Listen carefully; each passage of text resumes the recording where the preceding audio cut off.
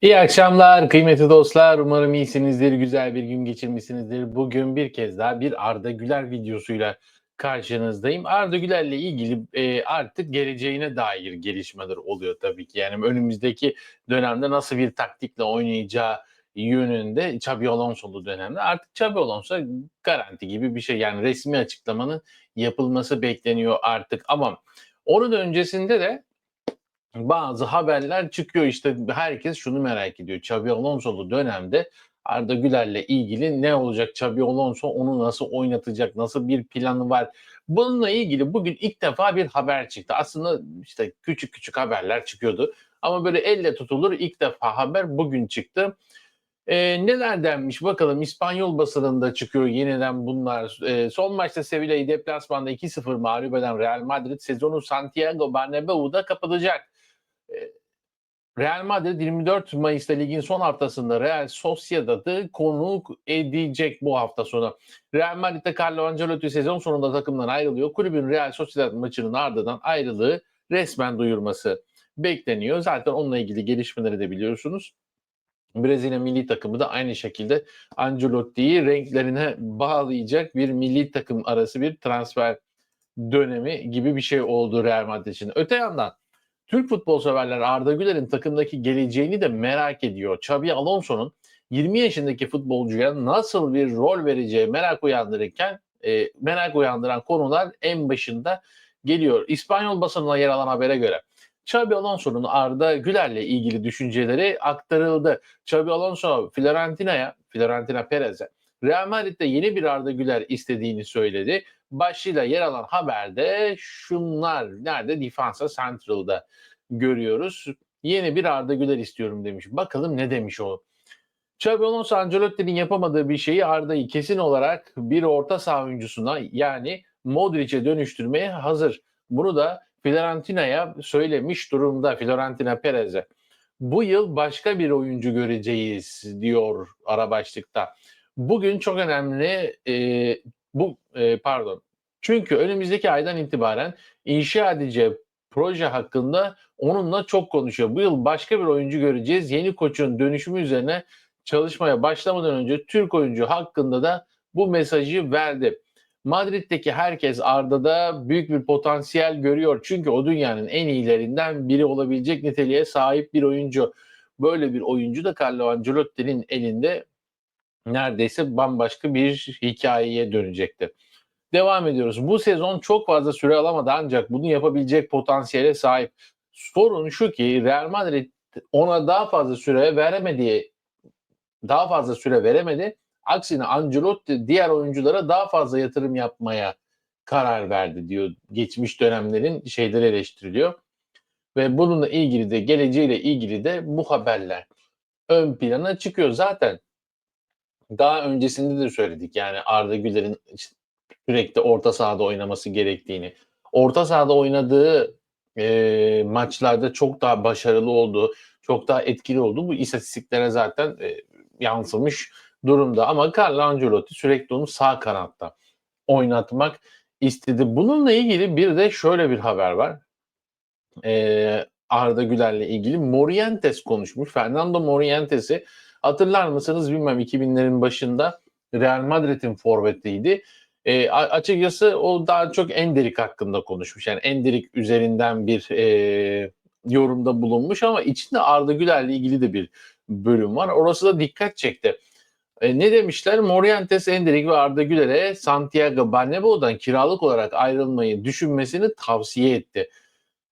Casio Hawks'a konuşan Morientes şunları söylemiş. Endrick ve gelen tüm genç oyuncular söz konusu olduğunda bence A takımda oynama fırsatı yakaladı ancak Arda Güler gibi sadece birkaç dakika süre aldı. Eğer bu oyunculardan biri olsaydım bir yılına kiralık olarak gitmeyi, harika bir forvet olduğumu göstermeyi ya da harika bir oyuncu olduğumu göstermeyi, Premier Lig, La Liga'da herhangi bir takımda geliştirirdim kendimi diyor Fernando Morientes.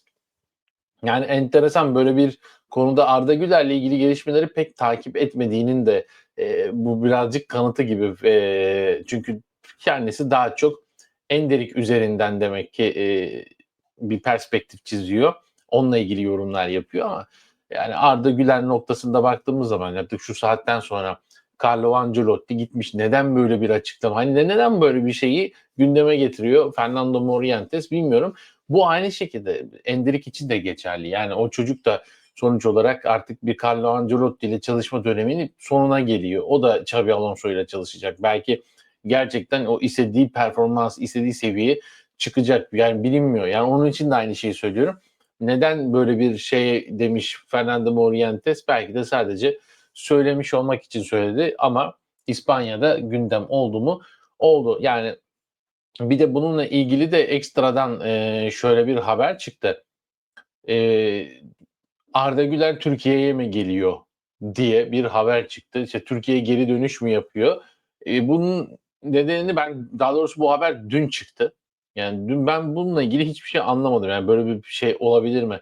Tam da bunun birkaç gün öncesinde Galatasaray mevzusu vardı. Biliyorsunuz Galatasaray Arda Güler'e bir teklifte bulunmuş.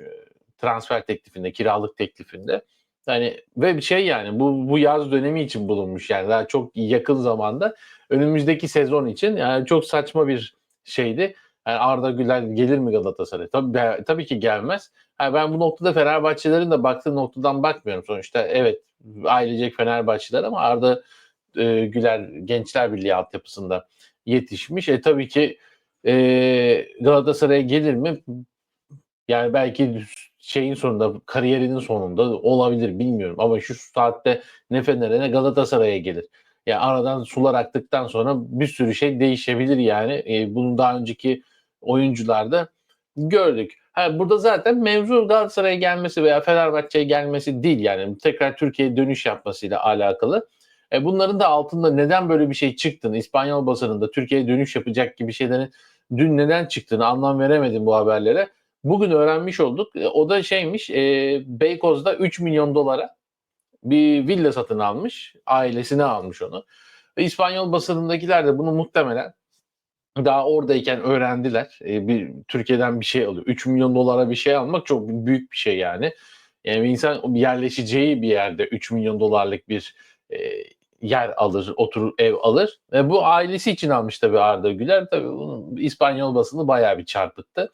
Türkiye'ye dönüyor. Türkiye'ye dönmesi yakından uzaktan alakası bile yok durumun. Onu da söyleyeyim. Bu arada güle güle de otursunlar yani. Anasının ak sütü gibi helal kazanıyor Arda Güler. Çünkü bence daha da fazla kazanması gerekiyor. Daha da fazla oynaması gerekiyor. Çünkü bu işin bir de milli takım tarafı var.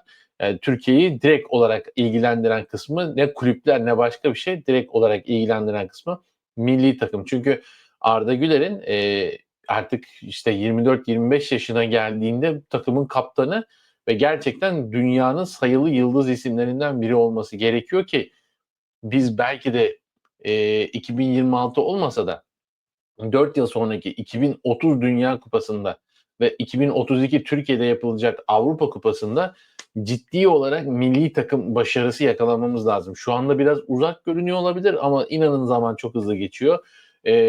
Daha şurada 17 yaşında Real Madrid'e gönderdik dedik ama 20 yaşına geldi yani Arda Güler. O yüzden de bu durumun artık çok hızlı bir şekilde değişmesi gerektiğini söylüyorum. Hepinize teşekkür ederim beni dinlediniz. Kendinize iyi bakın, hoşça kalın. Bir sonraki videoda ve yayında görüşmek üzere.